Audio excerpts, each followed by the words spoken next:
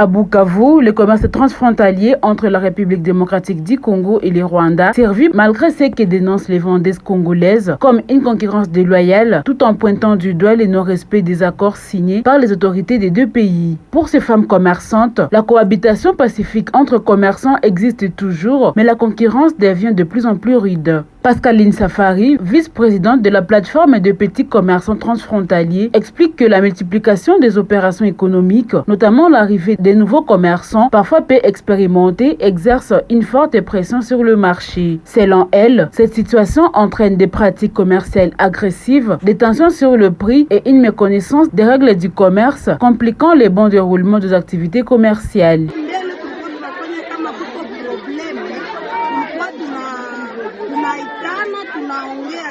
Avant, quand il y avait un problème, on s'asseyait et on parlait, mais actuellement, certains d'entre nous, surtout ceux du Rwanda, n'ont plus cette habitude. C'est devenu chaque fois qu'il y a un problème, ils partent nous convoquer chez les autorités. Or, ça fait longtemps qu'on travaille ensemble et là où il y a des gens, il y a toujours des problèmes.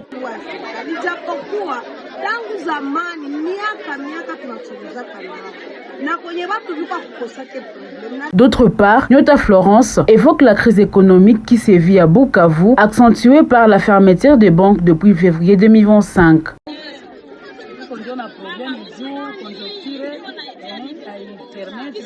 On a les problèmes de la conjoncture, on ne vend plus parce qu'il n'y a pas d'argent au Congo, car il y a la fermeture des banques, des routes. Voilà pourquoi on ne vend plus. On n'a pas augmenté ni diminué les prix car il n'y a pas de l'argent. Bati Mwamini souligne que les commerces, qui autrefois lui permettaient de subvenir aux besoins de sa famille, deviennent de plus en plus difficiles. Pour elle, ce sont des coopératives comme les AVEC qui l'aident à maintenir son activité grâce à des crédits. Mais ces aides ne suffisent pas toujours car les bénéfices ne sont pas capitalisés à raison des besoins familiaux.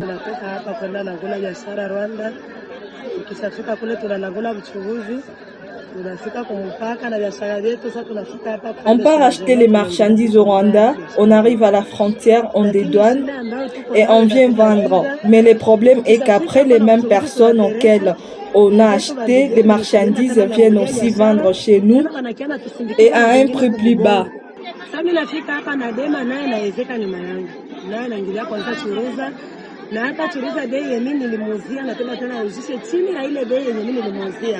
Face à ces défis, ces vendeuses tirent la sonnette d'alarme et dénoncent le non-respect des accords entre les deux régions.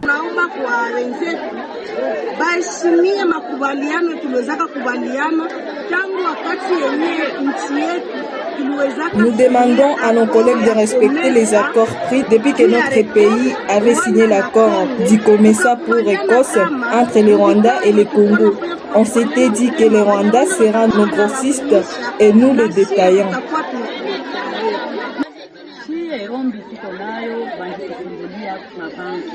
Nous demandons l'ouverture des banques d'abord et la paix aussi chez nous.